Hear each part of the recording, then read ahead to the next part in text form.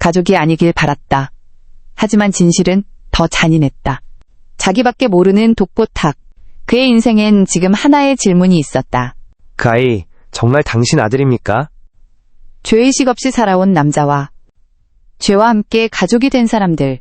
과연 그는 모든 걸 잃기 전에 비루한 삶을 이어가기 위해 한 선택은 무엇이었을까요? 구독과 좋아요로 이 이야기의 끝을 함께 지켜봐 주세요.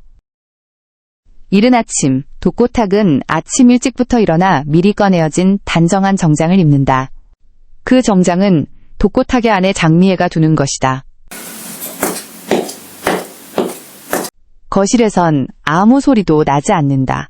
아내는 여전히 침실 안에서 기척이 없다. 탁은 벽에 걸린 거울 앞에 선다. 술도가의 원수, 술도가 식구라면 그냥 치를 떠는 독고탁, 공금횡령과 영상위조, 주거침입, 범수협박 등 여러 가지 죄가 있지만 가장 큰 죄는 그가 죄책감이 없다는 것. 나 청춘을 다 바쳐 뼈 빠지게 일했어. 그게 죄냐?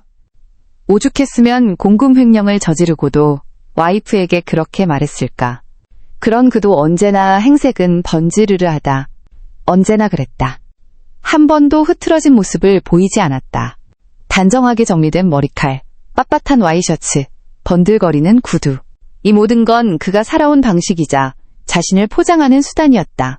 한결같이 깔끔한 차림이지만 그런데 왠지 오늘은 자신감이 없다. 강수가 장미애의 숨겨진 아들인 사실을 유전자 검사회사로부터 알았기 때문이다. 그 서류를 본 순간부터 탁의 머릿속은 그 어느 때보다 복잡하다. 장미애가 숨겨왔던 진실, 강수라는 이름. 당신 그 아이 진짜 당신 아들 맞아? 묻고 싶었지만 탁은 그 질문을 입 밖에 꺼내지 못했다. 마음 같아선 이 사람 저 사람 할 것 없이 다 내치고 싶을 만큼 화가 났다. 사실 독고탁은 지은 죄는 많지만 과거만 놓고 본다면 누구보다 깨끗하다. 총각 신분으로서 추문 없이 장미애와 세리만 챙긴 인물이긴 하다. 밝혀지지 않은 과거인지 없는 과거인지는 알 수 없다. 어쨌거나 그는 복잡한 마음을 한켠에 두고 출근을 한다. 현관을 나서기 전 마지막으로 거울을 본다. 겉은 멀쩡한데 속은 어딘가 무너져 있었다. 출근하는 차 안, 독고탁은 괜스레 손에 미묘한 힘이 들어간다. 차창 옆으로 햇살이 번지고 라디오에서는 평소처럼 뉴스가 흘러나오지만 그는 듣지 않는다. 생각이 그를 꽉 붙들고 놓아주지 않는다. 그는 언제부터 일이 이렇게 되었는지 곱씹어본다. 술도가 직원 시절부터 강수는 있었다. 그리고 장미애는 그 이후 왔다는 것을 식사 중 대화로 다시 확인받았다. 하지만 유전자 검사 결과는 거짓말을 하지 않을 것이다. 내가 술도가 당시 있었던 시간도 틀림이 없다. 그는 머리를 감싸준다. 결국엔 하나의 결론에 다다른다. 업둥이 강수를 미애가 피치 못할 사정으로 버렸으리라는 것. 그러고 보면 아내는 처음부터 강수를 보는 눈빛이 달랐었다. 어쩌면 나도 어렴풋이 알고 있었는지도 모르겠다. 다만 내심 아니길 바랐던 것일지도, 확신하지 않기 위해 외면했던 것일지도. 결국 이렇게 터지네. 차창 밖 풍경이 천천히 흘러간다. 눈앞에 거리는 여전한데 그의 마음은 한참 뒤로 끌려간 듯 멍하다. 독고탁은 생각한다. 나는 무엇을 할 수 있는가? 아내를 어떻게 해야 하는가? 업둥이라고만 생각했던 아내의 숨겨진 자식을 어떻게 해야 하는가? 안 그래도 집을 뛰쳐나가버린 세리 문제와 함께 머리가 아팠지만 그는 기댈 곳이 없었다. 생각해보니 의논할 가족도 친구도 없다. 적도 많고 원수는 더 많지만 그를 진심으로 걱정해줄 사람은 떠올려지지 않는다. 문득 자신이 초라해졌다. 그가 평생 지켜온 정장, 번지르르한 거칠애들. 그걸 지켜내고 나면 무엇이 남을까? 침묵뿐인 차 안, 그 안에서 한 인간이 서서히 무너지고 있었다. 신라주조 회장실. 책상 위에는 계약서와 회의 자료가 수북이 쌓여 있었지만 독고탁은 아직 갈피를 못 잡고 있다. 하지만 사실 그는 모르고 있었다. 그들이 저지른 무거운 법적인 처벌을 별개로 한다면 독고탁 외의 나머지는 가족이 되기에 아무런 문제가 없다는 것을.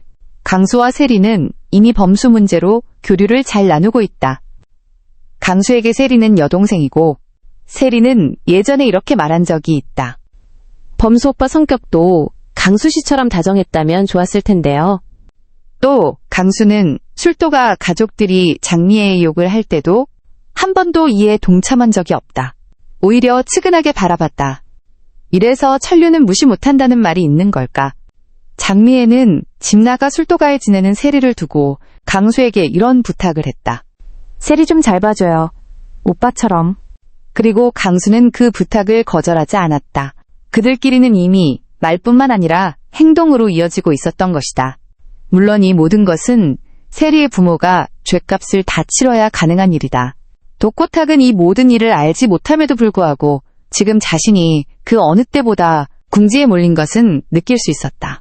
이 상황에서 강수라는 이름을 입 밖에 꺼내기만 해도 장미애는 짐을 싸서 떠날 것이다. 장미애는 독고탁에게 이미 어떤 미련이 없었다. 그러나 독고탁은 그렇지 않았다. 싸움이 커질 때마다 항상 미애를 누그러뜨리는 건 결국 자신이었다. 오죽했으면 싸우고 화가 나도 각방은 안 된다며 안방에서 자라고 말했겠는가. 물론 독고탁도 화가 나지 않는 건 아니다. 또 한 번 이 모든 일을 남의 탓으로 돌리고 싶어진다. 나도 이제 뭘 어떻게 해야 할지 모르겠어. 그러다 그는 폰을 집어들었다. 연락처 첫 페이지에 있는 이름. 가장 많이 걸고 가장 많이 끊었던 이름. 미애. 주저없이 그러나 무겁게 그는 장미애에게 전화를 건다. 전화벨이 짧게 울렸다가 끊긴다. 다시 울린다. 이번엔 조금 더 길게. 장미애가 힘없는 목소리로 전화를 받는다. 왜 전화했어요? 독고탁은 침을 한번 삼킨다. 목이 잔뜩 말라 있었고 말이 쉽게 나오지 않았다. 여보, 네, 말하세요. 머뭇거리던 그는 마침내 단어 하나를 꺼낸다. 강수 말인데요. 당신이 원하는 대로 하세요. 뭐라고요? 강수에 대해 당신 마음 가는 대로 하세요. 무슨 말씀을? 독고탁은 강수와 미애를 헤아려서 하는 말은 아니다. 스스로를 지키려 하는 말이다.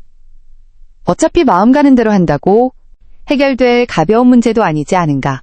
그는 아직도 가족이라는 단어의 무게를 모른다. 함께 있어도 외롭고 말을 건네도 닿지 않는 그 거리감. 아마 그는 그 의미를 제대로 배운 적조차 없었을 것이다.